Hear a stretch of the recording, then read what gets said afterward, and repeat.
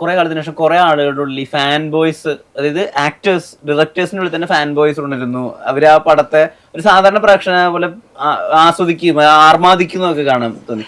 അജേട്ടൻ ഇപ്പോഴും ഇപ്പൊ വൺസ് ലാൽ സാറിന്റെയോ അല്ലെങ്കിൽ മമ്മൂക്ക സാറിന്റെയോ സുരേഷന്റെ ഒക്കെ പടം തിയേറ്ററിൽ തുടങ്ങിയാൽ ഈ നടൻ ഒക്കെ മാറി ആരാധകനായി മാറുമോ? പിന്നെ ഏത് സിനിമ കാണുമ്പോഴും നടനല്ലോ, അവിടെ നമ്മൾ പ്രേക്ഷകൻ തന്നെ. ഏത് സിനിമയും നമ്മളൊരിക്കലും ഒരു സിനിമയിൽ പ്രവർത്തിക്കുന്ന വ്യക്തി എന്ന് പറഞ്ഞാൽ ഞാൻ കാണാറില്ല. അവരെന്ത് തരുന്നു അത് റിസീവ് ചെയ്യാനാണ് ഞാനിരിക്കുന്നത്. ഇപ്പം എൻ്റെ കൂടെ ഇപ്പം വൈഫ് സിനിമ കാണുമ്പം പ്രിഡിക്റ്റബിൾ നേച്ചറുള്ള ആളാണ്. ഇത് അങ്ങനെ പോകും, എനിക്ക് ഇന്ന് വരെ സെൻസിൽ കിട്ടിയിട്ടില്ല. അവരെന്താണോ ഒരുക്കിയേക്കുന്നത് അത് കാണാനാണ് ഞാൻ ഇരിക്കാറ്. ആക്ച്വലി അത് കണ്ടിട്ട് ഇപ്പോൾ എനിക്കത് ടോട്ടാലിറ്റിയിൽ ഇഷ്ടപ്പെട്ടോ ഇല്ലയോ, അല്ലെങ്കിൽ ചില ഇഷ്ടപ്പെട്ട സീനുകളോ മൊമെന്റ്സോ ഉണ്ടോ, ഇത് കഴിഞ്ഞൊരു ഇഴകീറിയൊരു വിശകലനത്തിലോട്ട് പോകാറില്ല. അത്ര ഇൻട്രസ്റ്റിംഗ് ആയിട്ട് ഇപ്പോൾ വരുന്ന സിനിമ വാഴ ഫോർ എക്സാമ്പിൾ എനിക്ക് വളരെ ഇഷ്ടപ്പെട്ടു. ഞാൻ ബിപിൻ ദാസിനോട് 1 മണിക്കൂറോളം സംസാരിച്ച സിനിമയാണ്. കാര്യം ഏറ്റവും നല്ല ഒരു അഡാപ്റ്റേഷൻ ഫോർ 3 Idiots എനിക്ക് ഫീൽ ചെയ്തിട്ടുണ്ട്.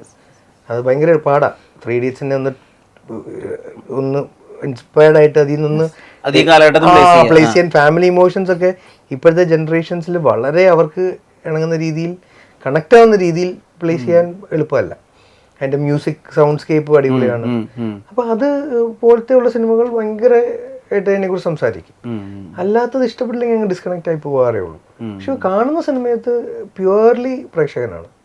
അത് എസ്പെഷ്യലി ഇപ്പോൾ ഈ ചോദ്യം വന്നപ്പോൾ തുടരും എന്ന് പറയുമ്പോൾ തരുൺ പറഞ്ഞ പോലത്തെ ആ സ്ലീപ്പർ സെല്ലിലൊക്കെ ഒരാളായിരിക്കും.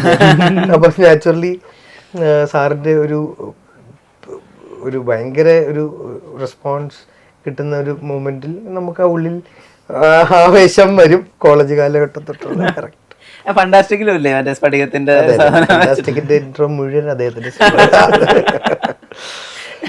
ഈ പോയിട്ട് ഈ നേരത്തെ ഇപ്പൊ ആർക്കൈവിലൊക്കെ പ്രൊഡക്ഷൻ ഹൗസിന്റെ ലോഗോ വേറൊരു ആക്ടറിന്റെ സത്യം. അത് ധ്യാനും വിശാഖും ഞാനും യുനാനിമസ്ലി പിന്നെ ഒഫീഷ്യൽ ലാൽ സാർ ഫാൻസ് ആയതുകൊണ്ട്. ഇപ്പൊ നേരത്തെ നമ്മൾ പണ്ടത്തെ no offence to other actors, ഈ ഫാൻ ബോയ് എന്ന് പറയുന്നത് ഒരു ഇച്ചിരി ആവേശം കൂടുതലായിരിക്കുമല്ലോ, അതാണല്ലോ ഈ ഫാൻ എന്ന് പറയുന്നത്. വളരെ റയറായിട്ട് ഇപ്പൊ ആളുകൾ പണ്ടത്തെ ബ്ലാക്ക് ആൻഡ് വൈറ്റ് കാലഘട്ടത്തിൽ ഒരു പടം പോയിട്ട് അത് കണ്ടിട്ട്, കാരണം കുറെ ആക്ടേഴ്സ് പറയാ അന്നത്തെ ആക്ടിങ് അല്ലെങ്കിൽ അന്നത്തെ എക്യുപ്മെന്റ്സ് ഒക്കെ വേറെയാണ്, അതുകൊണ്ട് അതിൽ നമുക്ക് ഒന്നും എടുക്കാനില്ല എന്നൊക്കെ പറയുന്നിടത്ത് വളരെ റയറായിട്ട് മിഷ്കിൻ സാറൊക്കെ അതിനുവേണ്ടി കുറെ വാദിക്കാറുണ്ട്. പണ്ടത്തെ പടങ്ങൾ എന്തുകൊണ്ടാണ് ആളുകൾ കാണാത്തത്, അതിൽ നിന്ന് തന്നെ ഇപ്പോഴും പഠിക്കാനുള്ളത്. അത് ചേട്ടൻ അങ്ങനെ ഇപ്പോഴും എഫേർട്ട് എടുക്കുന്നുണ്ടോ?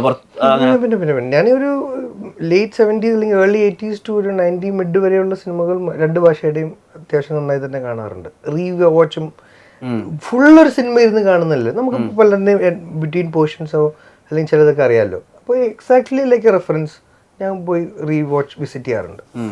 തമിഴ് മലയാളം അത് വേറെ ഭാഷയിലോട്ടോ ഇംഗ്ലീഷിലോട്ടോ അതർ ഫോറിൻ ലാംഗ്വേജസിലോട്ടോ ഞാൻ പോയിട്ടില്ല. കാര്യം ഞാൻ നേരത്തെ പറഞ്ഞത് ഇവിടെ സമ്പന്നമാകുമ്പോൾ ഞാൻ എന്തിനാ അവിടെ പോകണം. കുറച്ച് ആക്ടേഴ്സിനൊക്കെ ഒരു പോയിന്റ് കഴിയുമ്പോൾ ഈ ഡയലോഗ് ഇല്ലാതെ കാര്യങ്ങൾ കമ്മ്യൂണിക്കേറ്റ് ചെയ്യാനുള്ള ഒരു ബ്രില്യൻസ് വരും. ഫോർ ഇൻസ്റ്റൻസ് ഇപ്പൊ ഇന്ത്യൻ ഫേമസ് ആയിട്ടുള്ള വേണു സാറിന്റെ സീക്വൻസ് ഇപ്പൊ അങ്ങനത്തെ ഒരു എക്സ്പെർട്ടൈസ് വർക്ക് ആവുന്നുണ്ടോ അജു വർഗീസിന്? ഡയലോഗ് ഭാരമാവുന്ന ചില സമയങ്ങളുണ്ട്, ഇല്ലാന്നല്ല. ചില സമയങ്ങളിൽ ഒരു നോട്ടത്തിൽ കമ്മ്യൂണിക്കേറ്റ് ചെയ്യാവുന്ന സാധനങ്ങൾ അവിടെ ഒരു ഡയലോഗ് ഇന്നുണ്ടെങ്കിൽ അതൊരു ക്രിഞ്ചായി മാറുന്ന കാലമായി. ആൾക്കാർ അത്രയും അപ്ഡേറ്റഡും ആണ്, അവരത്രയും ഇപ്പൊ എന്നെ പോലുള്ളവരെക്കാളും കൂടുതൽ പ്രെഡിക്റ്റ് ചെയ്യാനിരിക്കുന്നവർ കൂടുതലായതുകൊണ്ട് അവർക്ക് ലെസ് ഡയലോഗ്സ് ഒരു പരിധി വരെ നല്ലതാണ്. കാര്യം വിഷ്വലി കമ്മ്യൂണിക്കേറ്റ് ചെയ്യാം, സൗണ്ട് ഉണ്ട്, സൈലൻസ് സ്പീക്സ്, എല്ലാം സിനിമയിൽ ഒരു മീഡിയം മാത്രമല്ലല്ലോ. സംഭാഷണം ഒരു ടൂളെന്നേ ഉള്ളൂ ഈ കഥ പറയാനുള്ളത്, ബാക്കി എത്രയോ ടൂൾസ് ഉണ്ട്. ഈവൻ ബാക്ക്ഡ്രോപ്പിലെ ഒരു സൈൻ പോലും, ഒരു ആർട്ട് പ്രോപ്പർട്ടി പോലും ബ്രില്യൻസ് ആയി മഹേഷ് ഒക്കെ ഇറങ്ങിയ സമയത്ത് നമ്മൾ കേട്ടിട്ടില്ലേ, ദിലീഷ് ചേട്ടൻ ചെരുപ്പ് കഴിയുമ്പോൾ 2 എന്ത് വെച്ച് ജാതിക്ക വെച്ചത് പോലും ആ നാട്ട് എനിക്കത് മനസ്സിലായി.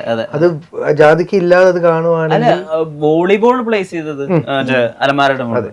അപ്പൊ അതൊക്കെ ഒരുപാട് അർത്ഥങ്ങൾ കമ്മ്യൂണിക്കേറ്റ് ചെയ്യുന്ന കാലമാണെന്ന് ഇന്ന് മാത്രമല്ല അത് പണ്ടും മനസ്സിലാവുന്നുണ്ട്. ഇന്റർനെറ്റ് ഉള്ളത് കൊണ്ട് നമ്മുടെ കൈവെള്ളയിൽ അത് എത്തുന്നു. അപ്പൊ നമുക്ക് കുറച്ചും കൂടി അത് സംസാരിക്കാനുള്ള ഇടങ്ങൾ അല്ലെങ്കിൽ സമയങ്ങൾ കിട്ടുന്നു. മറ്റേത് നമുക്ക് ഇന്റർനെറ്റ് ഇല്ലായിരുന്നു. അതാണ് ഡിഫറൻസ്. വളരെ ശരി. ഇപ്പം ഫോർ ഇൻസ്റ്റൻസ് ഞാൻ നമ്മുടെ ബ്ലെസി സാറിനോട് സംസാരിക്കുന്ന സമയത്ത് ഇപ്പൊ തന്മാത്രയില് ആ മകന്റെ ഡ്രോ തുറക്കുമ്പോ അതിനകത്ത് എന്തൊക്കെയാ വേണ്ടേ, ഇൻസ്ട്രുമെന്റ് ബോക്സ് വേണം, അത് ക്യാമലിന്റെ ആയിരിക്കണം, ക്യാമലിന്റെ ഈ കളറിന്റെ ആയിരിക്കണം, അത്രയും ഡീറ്റെയിലിംഗ് ഒക്കെ അന്നും ഉണ്ടായിരുന്നു. പിന്നെ കിലുക്കൊക്കെ പോസ്റ്റ് ഡിലിറ്റ് ചെയ്തില്ല, അത്രയും കൊമേഴ്ഷ്യൽ ഒരു പടം പറ്റുമോ? അത് ചെയ്തേ പറ്റൂ. അത് ചെയ്യുന്നില്ല എന്നുള്ള വാദമൊന്നും ഒരിക്കലും നമുക്ക് സമ്മതിച്ചു കൊടുക്കാൻ പറ്റില്ല. ഇത് ഇന്ന് അതിനുള്ളൊരു ഫോണിൽ കാണുമ്പോൾ അത് പോസ്റ്റ് ചെയ്യാനും സ്ക്രീൻഷോട്ട് എടുത്ത് പിന്നെ ഇരുന്ന് സ്റ്റഡി ചെയ്യാൻ അവസരം കൂടിയപ്പോൾ അതിനുള്ള ശ്രദ്ധ കൂടിയെന്ന് മാത്രം. കുറച്ചധികം സിനിമകൾ ജോർഗീസ് അങ്ങനെ കഥയൊന്നും കേൾക്കാതെ പോയി അഭിനയിച്ചു എന്നൊക്കെ കേട്ടിട്ടുണ്ട്. കഥ ഓഫ് ദ ഫുൾ കഥ കേൾക്കും വിഷ്ണു. എന്താ കഥ എന്ന് പറഞ്ഞാൽ ഒരു 5 മിനിറ്റിലോ 2 മിനിറ്റിലോ പറയാം ഏത് സിനിമയുടെയും. ആ കഥ അറിയാം, ഞാൻ എന്താണ്, ഇതാണ് കൂടുതലും സംഭവിച്ചേക്കുന്നത്. മലർവാടിയും തട്ടത്തിൻ പറയത്തും ഒരു പരിധിവരെ ലവ് ആക്ഷൻ ഡ്രാമയും സായം മേക്കറിയും ഗൂഢാലോചനയും ലവകുശിയൊക്കെ ഉണ്ടാവുള്ളൂ. ഞാനൊരു തിരക്കഥ കേട്ടിട്ടുണ്ടാവുക, അത് വേറെ രീതിയിലും കൂടി ഇൻവോൾവ് ചെയ്തത് കൊണ്ട് ആയിരിക്കാം. പിന്നെ മിഥുൻ്റെ ഒരു സിനിമ അർദ്ധരാത്രിയിലെ കൂടാന്ന് പറഞ്ഞിട്ട്, അത് ഇത്രേ ഉള്ളൂ പെട്ടെന്ന് ഓർക്കുകയാണെങ്കിൽ. ഈ കുട്ടേട്ടനാവുന്നതിനൊന്നും അങ്ങനെ വലിയ ബ്രീഫിംഗ് ഒന്നുമില്ല. കുഞ്ഞിരാമായണം കേട്ടിട്ടുണ്ട്. കേട്ടിട്ടുണ്ട്. അതെന്താ വെച്ചാൽ ധ്യാന്റെ ഡേറ്റ് എടുക്കാൻ ബേസിൽ വന്നേക്കായിരുന്നു. അപ്പൊ ക്യാരംസ് കളിച്ചോണ്ടിരിക്കായിരുന്നു. ഞാൻ ഇവിടെയും പിന്നെ ഇവിടെയും ബേസിൽ എവിടെയും കളിക്കുക. അപ്പൊ കഥ പറയുന്ന അവിടെ അപ്പൊ പറ്റൂ. അന്ന് ഇയാളും ഉണ്ടായിരുന്നു, ദീപുവും. ഇത് ചെയ്യുമ്പോ അറിയോ ഇത് കാലത്തിന് അതീതായിട്ട് ട്രോളുകളിലായാലും അല്ലെങ്കിൽ കുട്ടേട്ടൻ്റെ ഒരു ഫോട്ടോ തരുവായാലും ഒക്കെ വർക്ക് ആവും? അങ്ങനൊന്നും ഇല്ല. പപ്പേട്ടൻ എന്ന് പറയുന്ന ആള് ഒരു കാലഘട്ടത്തിന്റെ റെപ്രസെന്റേഷനായി കുറെ കാലം കഴിഞ്ഞ് അയാൾ ഇല്ലാതാവുന്നതാണെന്നുള്ളൊരു തോന്നലുണ്ടായിരുന്നു. കാര്യം വേറൊന്നുമല്ല, എനിക്ക് അവിടെയും പെട്ടെന്ന് വന്നത് പഴയ സിനിമകളിൽ പണ്ട് കാല് കിണ്ടിയിൽ വെള്ളം വെച്ച് കഴുകി വരുന്ന ഒരാവശ്യമില്ലാതെ നിന്റെ വീട്ടിൽ നിന്ന് അല്ലെങ്കിൽ എന്റെ വീട്ടിൽ നിന്ന് ഭരിക്കുന്ന ഒരു അമ്മാവന്മാരുടെ ഒരു സംസ്കാരം ഉണ്ടായിരുന്നു. അപ്പൊ ഈ വീട്ടിലെ ചെറുപ്പക്കാർക്ക് തോന്നി ഈ തെണ്ടി എന്തിനിപ്പോ വന്നേക്കുന്നത്. ആ അമ്മാവന്മാരൊന്നും ഇല്ലല്ലോ. ഇന്ന് ന്യൂക്ലിയർ കുടുംബങ്ങളായി മാറി, കൂടുതലും മരുമക്കത്തായും മാറി അല്ലേ. ആ സാധനം കുറഞ്ഞു. ഇല്ലാന്ന് ഞാൻ പറയുന്നില്ല, എന്നാലും വളരെ കുറഞ്ഞു. അപ്പൊ ആക്സസ് ഈ വീട്ടിലെ ഗ്രഹനാഥയോ അല്ലെങ്കിൽ ഇത് പവർ അവര് തന്നെയായി. അപ്പൊ അങ്ങനെയുള്ള പുറത്തുനിന്നുള്ള എക്സ്റ്റേണൽ പവേഴ്സ് കുറഞ്ഞു, അഭിപ്രായങ്ങൾ പറയാനുള്ള. അപ്പൊ ഇല്ലാണ്ടായെന്ന് തന്നെ പറയാം. ഇപ്പൊ ഇതേപോലത്തെ പപ്പന്മാർ കുറച്ചൊരു 20 വർഷം കഴിഞ്ഞ് ഇല്ലാണ്ടാവും, ഇങ്ങനത്തെ ബൂമറുകൾ. അപ്പൊ ഇല്ലാണ്ടായി പോകുന്നൊരു സാധനമാണ് നമ്മളിപ്പോ ചെയ്യുന്നതെന്നുള്ളൊരു ബോധ്യം ഉണ്ടായിരുന്നു. കാര്യം കുറെ വർഷം കഴിഞ്ഞ് ഇങ്ങനെ ഒരു പപ്പന്മാരൊക്കെ ഉണ്ടായിരുന്നു എന്ന് പറയുന്ന ഒരു ക്യാരക്ടറാണ്. അജേട്ടാ, ഞാൻ ഇതിന്റെ ആദ്യത്തെ സീസൺ 1 ഇന്റർവ്യൂ എടുക്കാൻ വേണ്ടി വന്ന സമയത്ത് അജേട്ടൻ ഭയങ്കര ഇൻവോൾവ്ഡ് ആയിരുന്നു. ഇത് ഇന്റർവ്യൂ എടുക്കുന്നതിന്റെ ലൈറ്റിങ്ങിനെ പറ്റി വരെ, അതായത് എങ്ങനെയായിരിക്കും നമ്മുടെ ഇന്റർവ്യൂവിന്റെ ഒരു ഫ്രെയിം വരിക എന്ന് വരെ ഇന്റർവ്യൂ എടുക്കുന്ന കുട്ടികളോട് വന്ന് ചോദിക്കും, ഫ്രെയിം കാണുകയൊക്കെ ചെയ്തിട്ടുണ്ട്. അതൊരു ഇൻവോൾവ്മെന്റിന്റെ ഭാഗമാണ്. അപ്പൊ അങ്ങനത്തെ ഒരാൾക്ക് ഒരു പ്രൊജക്ട് സെറ്റ് ചെയ്തിട്ട് ഡയറക്ട് ചെയ്യാനോ എഴുതാനോ ഒക്കെ ആഗ്രഹമുണ്ടോ? ആഗ്രഹം ഉണ്ടായിരുന്നു. അതായിരുന്നു ആഗ്രഹം. സിനിമയിലോട്ടുള്ള എൻ്റെ ഫസ്റ്റ് താല്പര്യം. റൈറ്റർ ആവുക അല്ലെങ്കിൽ ഡയറക്ടർ ആവുക, സിനിമ ഇങ്ങനെ സിനിമ പിടിക്കുക അല്ലേ, അങ്ങനെയല്ലേ പറയാം, സിനിമ പിടിക്കണം എന്നല്ലേ പറയുള്ളൂ. പക്ഷെ അതിൻ്റെ ഒരു പിന്നിലെ ഭയങ്കരമായൊരു ക്ഷമ, ഫസ്റ്റ് ഫാക്ടർ ക്ഷമ എന്നിൽ പോയി.